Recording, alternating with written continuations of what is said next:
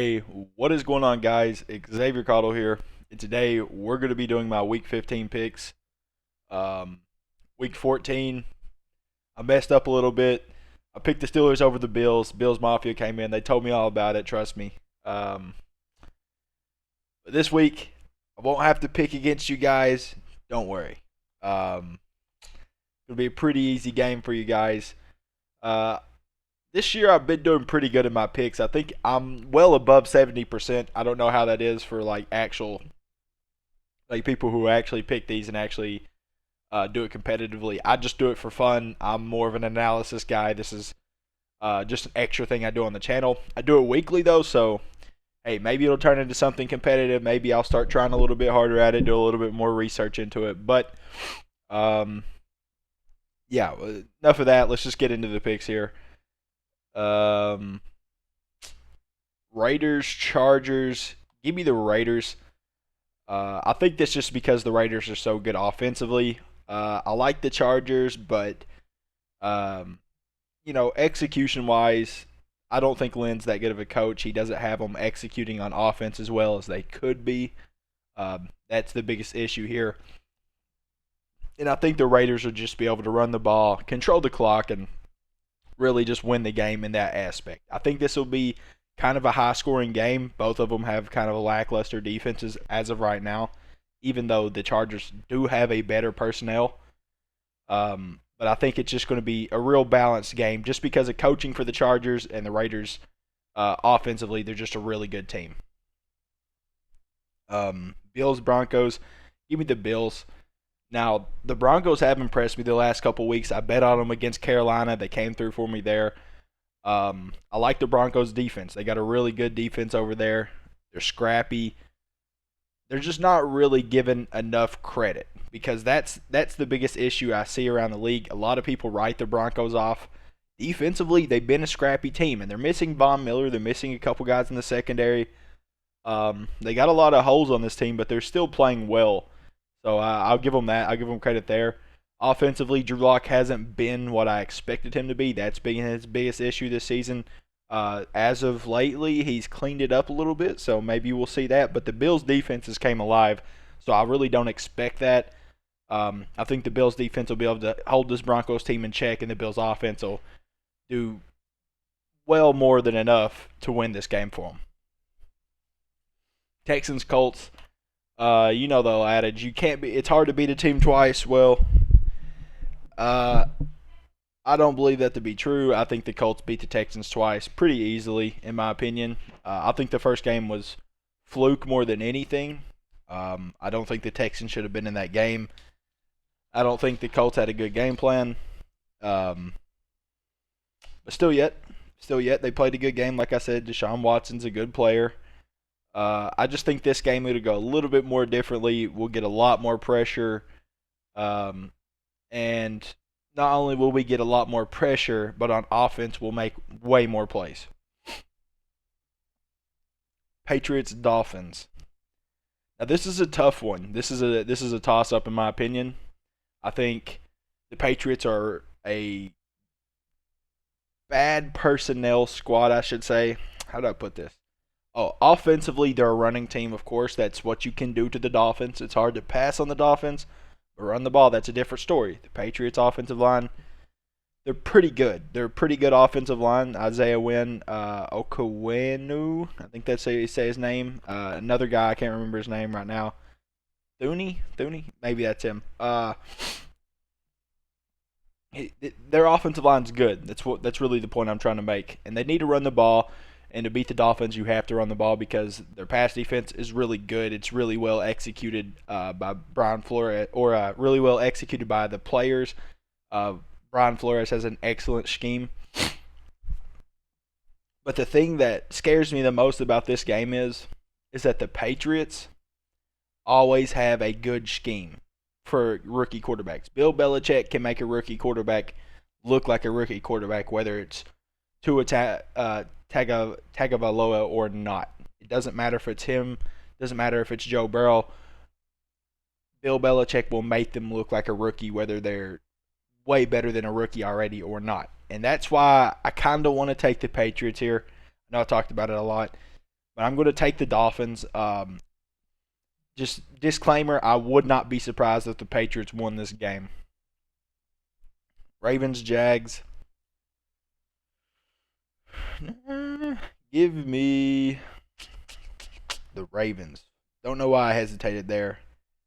Um, I don't know what simulation was going through my head to make me wait 5 seconds to pick Ravens over the Jags, but yeah, Ravens win this one pretty easily. Jags are in defensive coaching hell as well as quarterback hell. Gardner Minshew's good. He's a quality guy. He can, bottom 20 quarterback, but he's like 23 or something.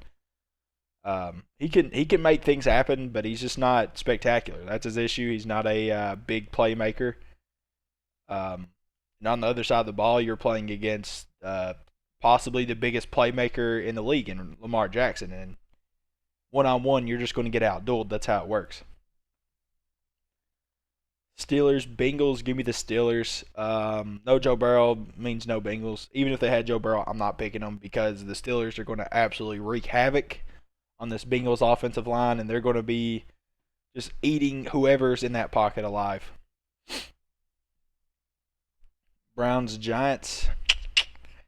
Give me the Browns. Now, this is kind of a toss-up game as of right now, just with how the Giants have played recently.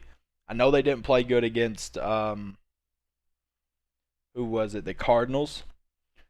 But the Browns kind of play to the Giants' strength. The Giants are really this traditional defense, traditional 3-4, just three guys up front that are just absolute run stuffers.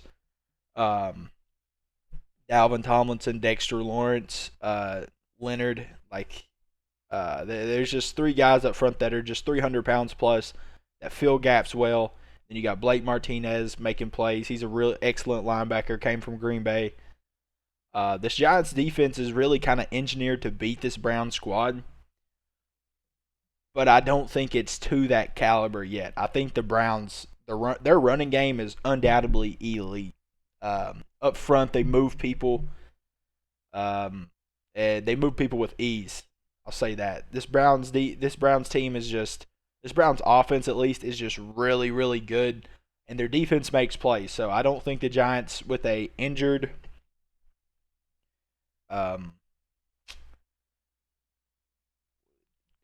Daniel Jones will really be able to do anything.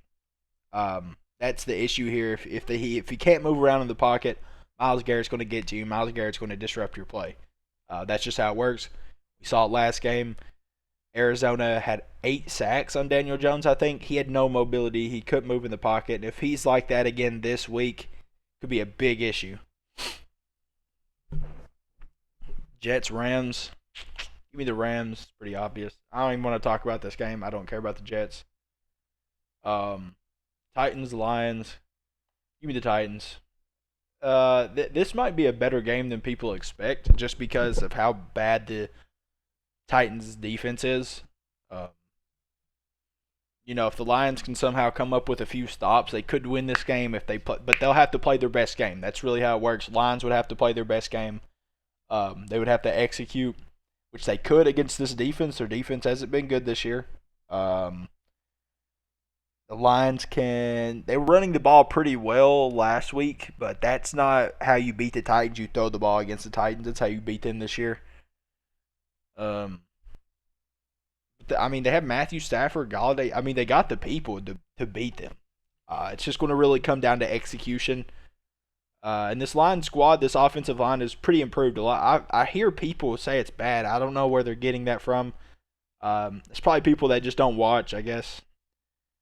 Or pay attention to the offensive linemen, because the line's got a hell of an offensive line, in my opinion. Or they at least got 3 people that are really talented. But that being said, if I'm going to take my gut feeling, I would still take the Titans. The Titans are just too good offensively. Their run game is just going to work too well against this line squad. That being said, the Lions do have a huge defensive tackle, Danny Sheldon. I believe that's his name. Well, he's like 370, man. He's a big run stuffer. It's going to be a tough matchup for Ben Jones there in the middle, but I still think the Titans win this game. Tannehill will be able to throw the ball, play action. They'll do what they do, big play or bust, and I think against the Lions they can do that. Chiefs Saints.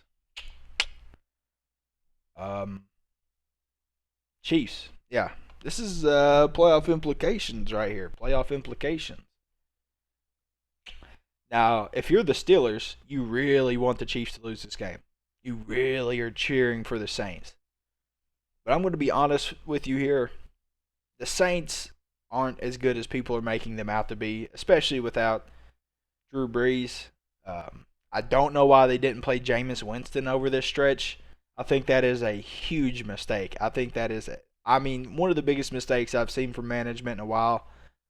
I understand your loyalty to Taysom Hill, and that's cool. That's awesome to see in 2020, but is it going to come back to bite you in the ass? Possibly. I think that Drew Brees is pretty much done. Everyone's seen that this year. He's still throwing for 300 yards. He's still getting 2-3 touchdowns a game, but his arm's just not the same. And I think after this year, he's going to really look. People are going to look at his film and be like, okay, this is all you have to do against Drew Brees. He's just short yarding it. He's an excellent. He reads the field at an elite level. We all know that. He's a legendary level. Elite. At some point, you go past elite, you hit legendary, and that's what Drew Brees is. But we've seen him struggle a few times this game. If there's any pressure, he struggles horribly. He does have a great offensive line that helps him out a lot, but when he plays good teams that can get a pass rush, they're going to struggle. The Chiefs have,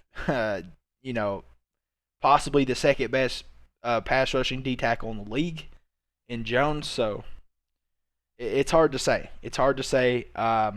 I really think the Chiefs win this game. There's it doesn't matter how good your defense is. The Chiefs will move the ball on you, whether it's the Saints defense or not.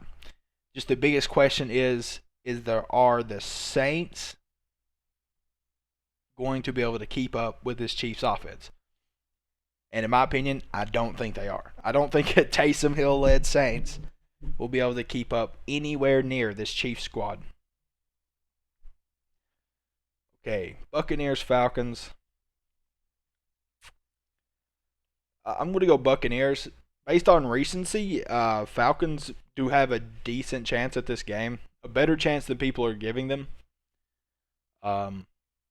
Falcons are an excellent squad. Defensively, of course, especially in the run game. So the run game for the Buccaneers is going to be limited. I'm pretty sure it's going to be limited. But I don't think that's where they beat the Falcons this week. I think the Falcons end up getting torched left and right. Mike Evans, A.J. Brown, and Godwin, they'll find a way. Tom Brady will find a way to win this game. I don't think the Falcons haven't been executing good enough on offense. Somehow they choked against the Chargers. I don't know how that happened. How do you let that happen? How do you score 17 against the Chargers, who defensively have looked like a nightmare this year? That's bad. And a lot of people were talking about the Falcons were going to keep the guy, their interim head coach they have currently. After that, I don't think so. I really don't think they're going to keep him. I think they're going to get rid of that guy, and then they're going to bring in somebody new, because that was horrible. That was bad enough to tell me, yeah, we might not want this guy. Seahawks football team. Now, this is interesting because we saw the Giants beat the Seahawks, hold them to 12 points. And the way they did that was controlling the trenches. And that's what the football team will do on the defensive side of the ball and the offensive side of the ball.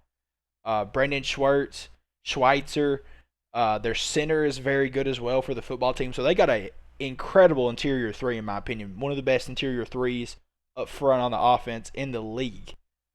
And then on defense, they got Jonathan Allen, they got Chase Young, they got Montez Sweat, they got guys like that. Matthew Ioannidis, whenever he's not injured, he might be injured currently, but Matthew Ioannidis is one of the strongest defensive tackles in the league.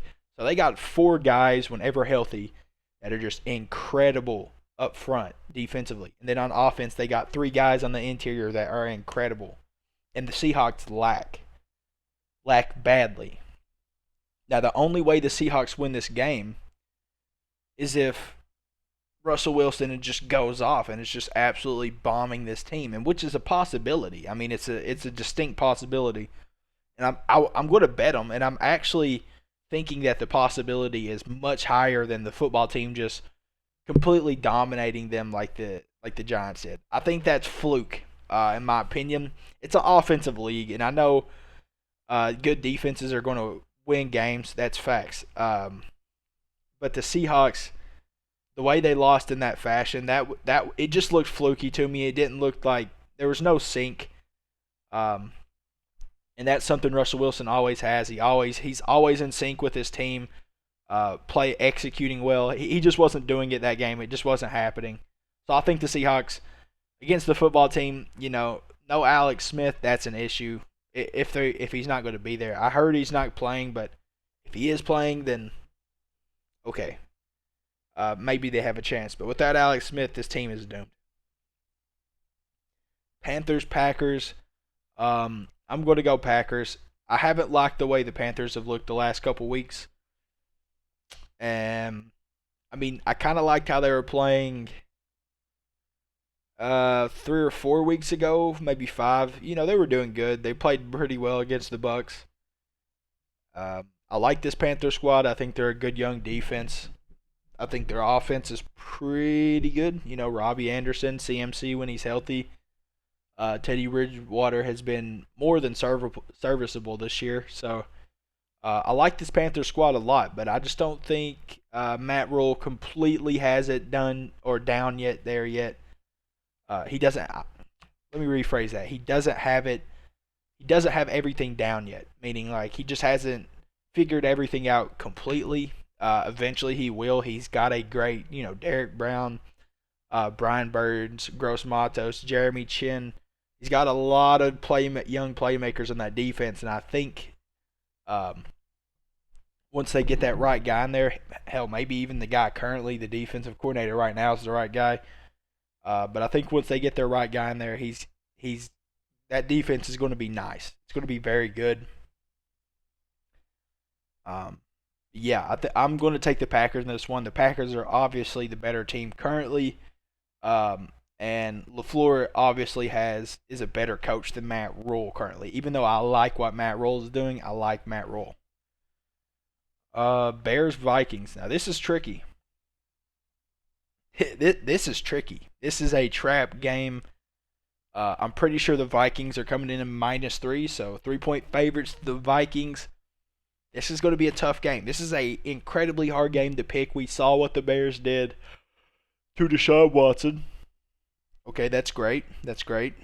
But the difference between the Vikings and the Vikings and the Texans is that the Texans only have one offensive lineman that is above a 60 on the PFF grading scale. That's horrible. I mean, that is terrible.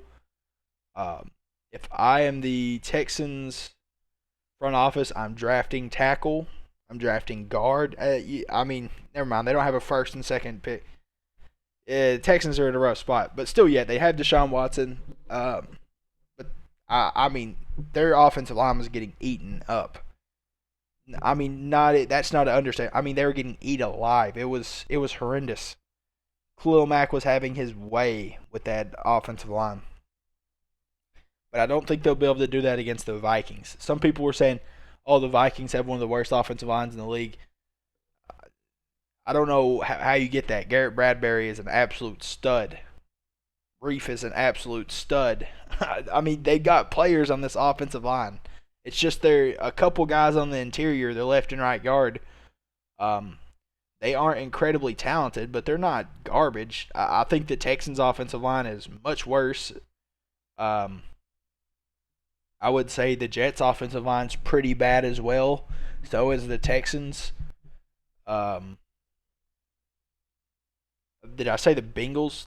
I mean, there's a couple other teams. The Giants haven't been executing personnel wise. They were supposed to be better, but they haven't been executing.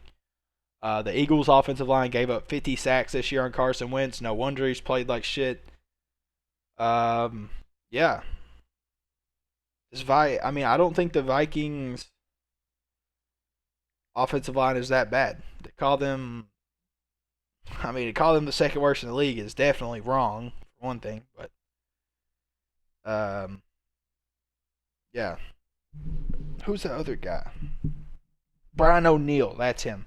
So they got three guys that are pretty good: Brian O'Neill, Riley Reef, and Garrett Bradbury. That's the center, right tackle, left tackle. So their interior too, I will admit, Cleveland, Ezra, some shit like that. He's not very good, and their left guard's not very good either. But in this game, I'm going to take Vikings. I think this is a favorable matchup. I know I talked a lot about it. Don't know why I went into a spiel about their offensive line. You tell me. I was just talking. I mean, if you watch my channel, I'm an offensive line enthusiast. You know me. I have to call that out. But the thing I like about the Vikings in this game is that Mike Zimmer is a good defensive coach. You saw what they could do against the Bucks. I mean, they only had 14, but they limited the Bucks very well. They're a leaps and bounds better offense than the Bears. And I think that the Vikings will be able to do just enough defensively to hold these Bears in check. And then the Vikings offense will absolutely destroy, or I won't say absolutely destroy, but Dalvin Cook, Jefferson, Kirk Cousins has been playing pretty good ball as of late. I know the first start of the season he's playing bad, but as of lately he's been playing pretty good. And then who's their receiver? Adam Thielen, of course. So the Vikings have a good offensive squad. I think they'll do just enough to beat this Bears squad, in my opinion. But I think that -3, they're coming in a 3-point favorite. They were a 6-point favorite until the Bears beat the Texans in the way they did. I just think, I don't know. I just think the Vikings got them. I think Mike Zimmer will be able to do just enough. He's a better coach than Nagy. Eagles, Cardinals. Give me the Cards. I know the Eagles just came off a win against the Saints. They just came off a win against the Saints. That's great. I'm happy for them. But they're about to play the second best playmaking quarterback in the league in Kyler Murray. And that's going to be an issue for them because their defensive line is dominant. That's what makes them good. They can get into the backfield. They can disrupt. But when you're playing against a quarterback that has 4.4 speed and can throw the ball, that's an issue. That's a big issue for you. It kind of takes your defensive line out of play. That's why people don't like playing against fast quarterbacks. That's why the Cardinals were able to dominate the Giants. The Giants also had 8 sacks, or the Giants got sacked 8 times. But Kyler Murray was extending a lot of plays with his legs, and he was doing a good job in the pass game. And I think that's how you neutralize a good defensive front. You move around. You make them contain you so they don't get edge pressure. It's really how you do it. And Kyler Murray, whenever you force him to stay in the pocket, I mean, he can do a good job passing the ball too. He can't really pick you apart like some of these great quarterbacks, but he can do more than enough to win this game if they do contain him. And if they're going to have to do one. They're either going to have to send pressure at him, let him scramble out a couple plays, make huge 20-yard runs, or they're going to contain him. And either way they do that, he's going to get yards. Niners, Cowboys. Give me the Niners. Kyle Shanahan, of course. Mike McCarthy is. I don't know you. Kyle Shanahan is a beast of a coach. In my opinion, I don't want to call him the best, because it's hard to say that. There's a lot of people that do a lot of things really well, but Kyle Shanahan, he has the resume to be the best coach in the league. To be fair, his defensive coordinator is absolutely head coach worthy, so that could make him look a lot better than he actually is. But he's a beast, man. I mean, he's a great coach. He's one of the most creative coaches in the NFL. If we're talking about creativity, I think that belongs to Frank Reich.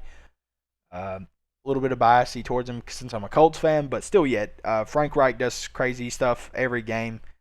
Read option between Hines Taylor, read option with Hines and Trey Burton. You know, I mean, I'm sure everyone remembers the Philly special.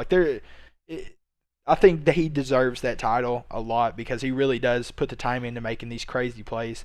But Kyle Shanahan's scheme is incredible. That's his offensive scheme is the best in the league, hands down.